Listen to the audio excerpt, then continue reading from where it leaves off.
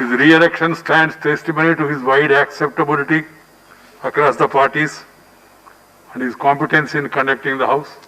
I also would like to compliment Sri Manoj Jha for the sportive spirit he has shown, and we, the House together, we have really exhibited such a camaraderie that in a democracy there will be contest, there will be opposition and opposition, but at the end of the day we are all together. In that such a spirit, the House have elected you. I don't want to speak at length because I want, today is the first day, I want the other business also to be completed.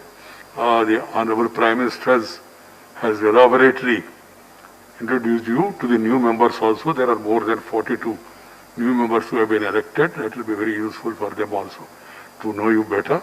Of course, the old members, they have an experience also.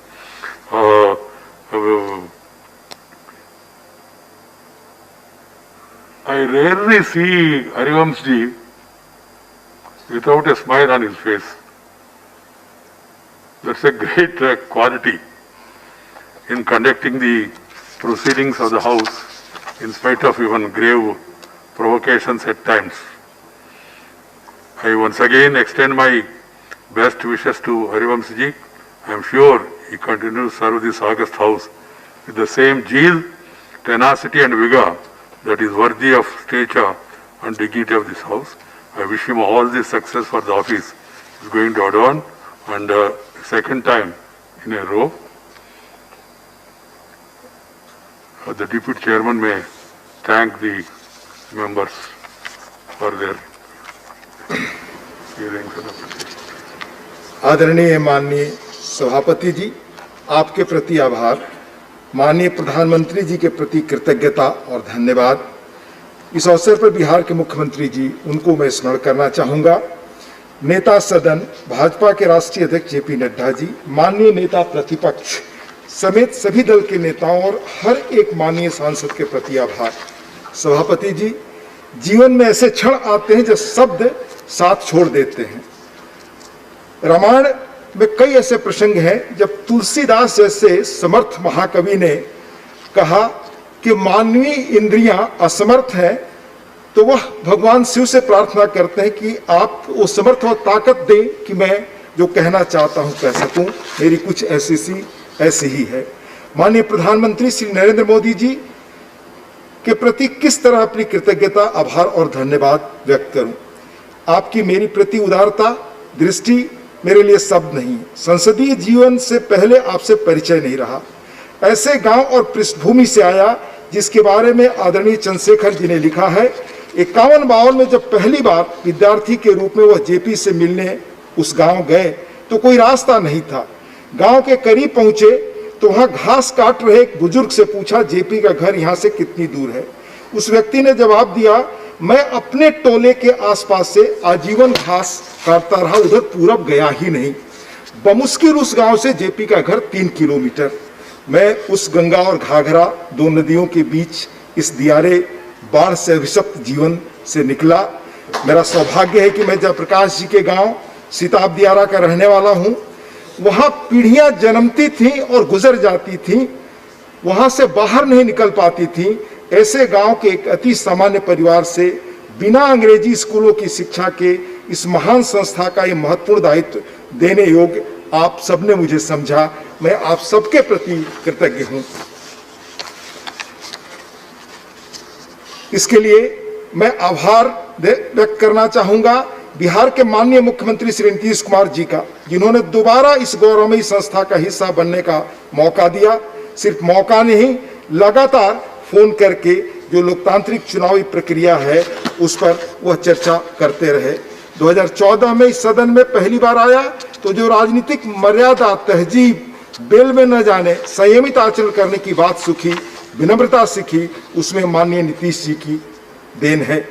मुझे दोबारा प्रत्याशी बनाने और पग पग पर मेरा ध्यान रखने में जिनका स्नेह मिला, माननीय गृह मंत्री अमित शाह जी, भाजपा के राष्ट्रीय अध्यक्ष जेपी नड्डा जी, शिरोमणि अकाली दल से नरेश गुजराल जी समेत इस सदन के नेता अत्यंत शालीन थावरचंद गहलोत जी, उपनेता पीयूष गोयल जी, संसदीय कार्य मंत्री श्री प्रहलाद जोशी जी, संसदीय कार्य राज्य मंत्री श्री वी मुरलीधरन जी, लोक जनशक्ति पार्टी के माननीय केंद्रीय मंत्री रामविलास पासवान जी, जनता दल यूनाइटेड के सदन के नेता माननीय आरसीपी सिंह जी, जिनका स्नेह मुझे हमेशा मिलता रहा है, शिरोमणि अकाली दल के सदन में नेता बलविंदर सिंह भुंडर जी, सबके प्रति आभार और कृतज्ञता।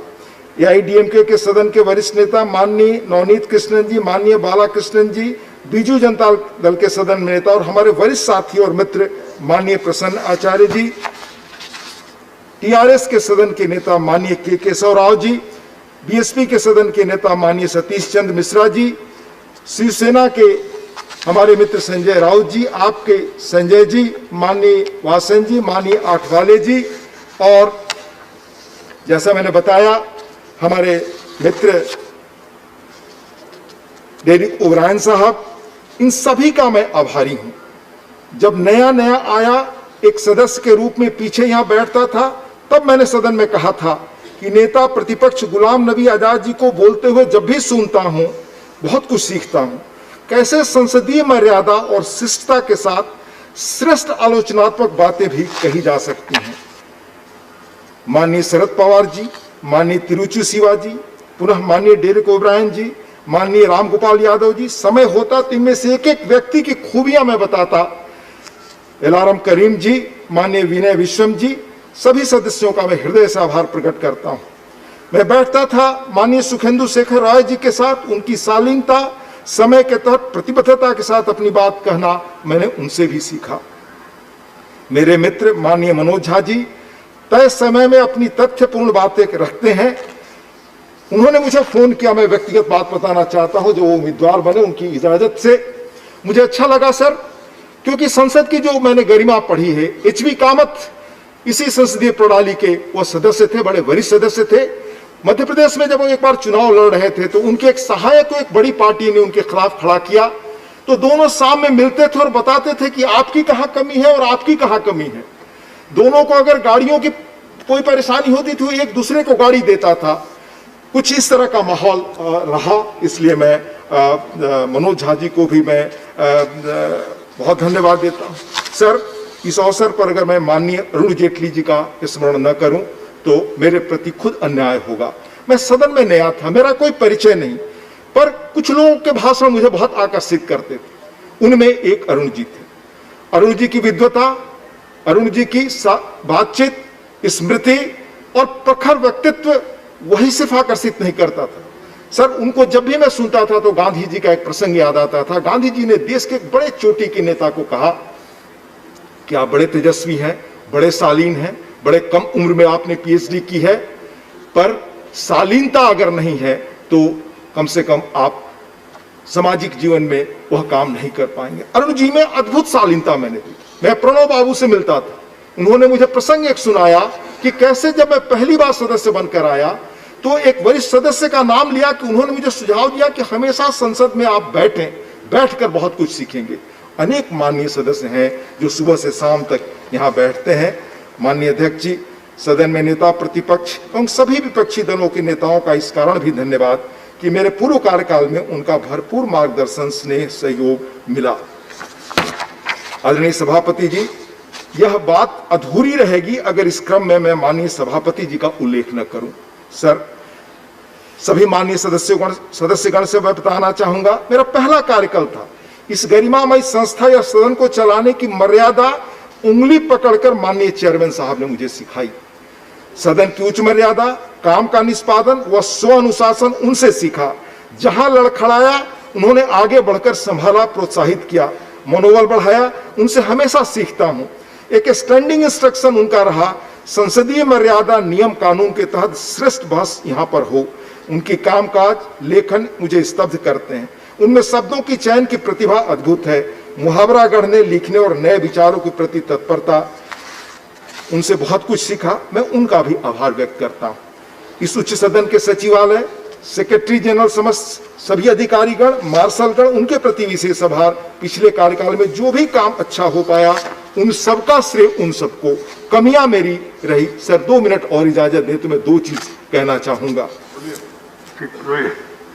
एक, इस क्षण के बाद मेरी भूमिका, जिस जगह आपने मुझे अवसर दिया, आप सदन ने अवसर दिया, हमारे अद्भुत लोक देवता गणेश जी के बताए रास्ते पर है। वेद व्यास अद्भुत ग्रंथ महाभारत की रचना कर रहे थे। महर्षि व्यास से गणेश जी का यह एग्रीमेंट हुआ, करार हुआ कि वह लिखेंगे, पर महर्षि ने कहा आप बीच में कुछ बोलेंगे नहीं। गणेश जी ने कहा ठीक है, बीच में आप रुकेंगे तो पुस्तक की रचना छोड़ दूंगा। नए संदर्भ में यह भूमिका इस सदन में है। महाभारत की जगह दोनों सदनों में देश के नए सृजन का इतिहास लिखने का गौरव इस दोनों सदन को है। रूल्स प्रोसीजर के तहत मिलकर जो बहस का समय आप निर्धारित करते हैं, माननीय चेयरमैन साहब जिसकी स्वीकृति देते हैं, आप सब उस सीमा का पालन करते हैं। लोक देवता गणेश जी की श्रृंखला में आसन को मौन होकर सुनना पड़ता है। देश दुनिया आपकी बातों से समृद्ध होती है। सदन द्वारा तय समय सीमा का जब हम अतिक्रमण करते हैं तभी आपने आसन को बोलने का दायित्व सौंपा है। बोलने के मौके से आप बचाएंगे मुझे, यह मेरा विश्वास है।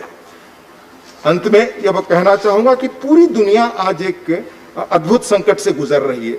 हम सब लोग एक गंभीर चुनौती के बीच मिल रहे हैं, पर हर संकट अवसर देता है।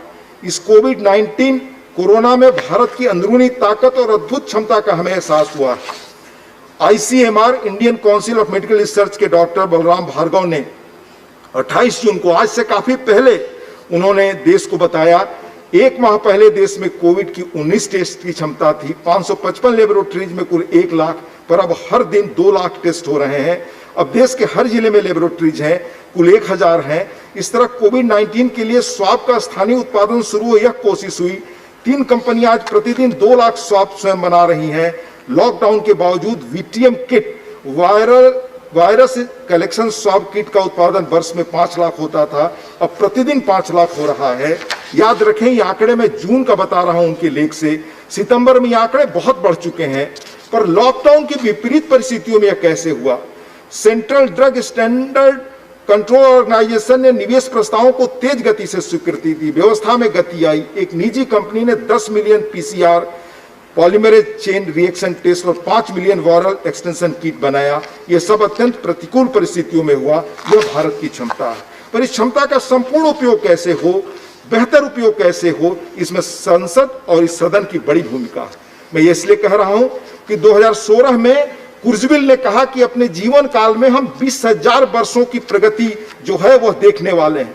वह दुनिया के अग्रणी आविष्कारक हैं, चिंतक और फ्यूचरिस्ट हैं। उनका आकलन सटीक माना जाता है। वॉल स्ट्रीट ने उन्हें रेस्टलेस जीनियस माना तो फोर्ब्स पत्रिका ने द अल्टीमेट थिंकिंग मशीन। कुर्जविल ने कहा कि बायोटेक्नोलॉजी और नैनो टेक्नोलॉजी हमें क्षमता देते हैं कि हम मानव शरीर और आसपास के संसार को आणविक मॉलिक्यूलर स्तर पर बदल दें। वह कह चुके हैं द सिंगुलरिटी इज नियर।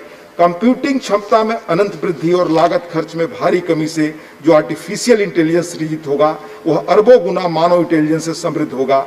अब इस दौर में किस तरह से इस तरह के बदलाव मानव द्वार पर दस्तक दे रहे हैं, यह सदन के सोचने और विचार विमर्श का बेहतर समय है। भारत इस बदलाव के बीच अपनी प्रतिभा और क्षमता से कैसे शीर्ष पर पहुंचे। अंत में मैं एक चीज और कहकर बात अपनी खत्म करूंगा। दुर्भाग्यवश सदन का माहौल कभी कभी डिस्टर्ब होता है। इस संदर्भ में मेरे लिए उपसभापति के रूप में ऑल इंडिया स्पीकर्स कॉन्फ्रेंस में भाग लेना सुनना बड़ा ज्ञानवर्धक रहा। पूरे देश के स्पीकर्स, अलग अलग जहां राज्य सरकारें हैं, बार बार कहा कि हमें इन व्यवधानों के बारे में जितना संभव हो मिलकर रास्ता निकालना चाहिए।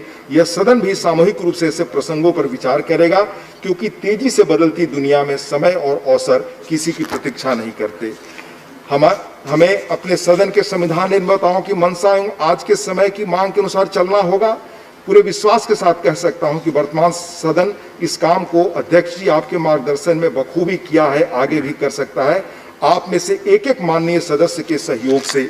सर, संविधान सभा में जब सेकंड चैम्बर पर चर्चा हो रही थी तो यह अपेक्षा थी कि हड़बड़ी में कानून न बने, इसमें इस सदन की महत्वपूर्ण भूमिका होगी। साथ ही श्री गोपाल स्वामी अयंगर ने संविधान सभा के सेकंड चैम्बर से संबंधित आर्टिकल को स्वीकार करते समय भाषण दिया। उसमें कहा, I quote, I think on the whole balance of consideration is in favor of such a chamber and taking care to see that it does not prove a clog either to legislation or administration। यह संतुलन हमें मिलकर कायम करना है। मैं पुनः कहूंगा, आप सबके सौजन्य से यह दायित्व हमें मिला है, आभारी हूं। गोदे मुरारी ने जब यह पद संभाला तो उन्होंने कहा था कि मुझे डर लग रहा है। ऐसी हालत मेरी है। ऐसे लोगों के बीच हूं मैं जिनका संसदीय जीवन बहुत लंबा और समृद्ध है, पर वही मेरी ताकत है। जब भी ऐसे क्षण पहले भी आए और आगे भी आएंगे, रूल्स और प्रोसीजर से कैसे आगे बढ़े, वही सारे माननीय लोग मिलकर हमें रास्ता बताते हैं। सर, अंत में प्रख्यात तमिल कवि संत तिरुवल्लुर, जिन्होंने तिरुकुरुल का सृजन किया 2000 वर्ष पहले, कहा, nothing is impossible for those who act after wise council and careful thought. ये वाइज काउंसिल के लिए सदन बना, यह वरिष्ठों का सदन देश की गंभीर से गंभीर चुनौतियों पर मिलकर कामयाब होगा, यह क्षमता इसमें है। मैं पुनः आप सबका आभार प्रकट करता हूं और धन्यवाद देता हूं। बहुत बहुत धन्यवाद। अभिनंदन।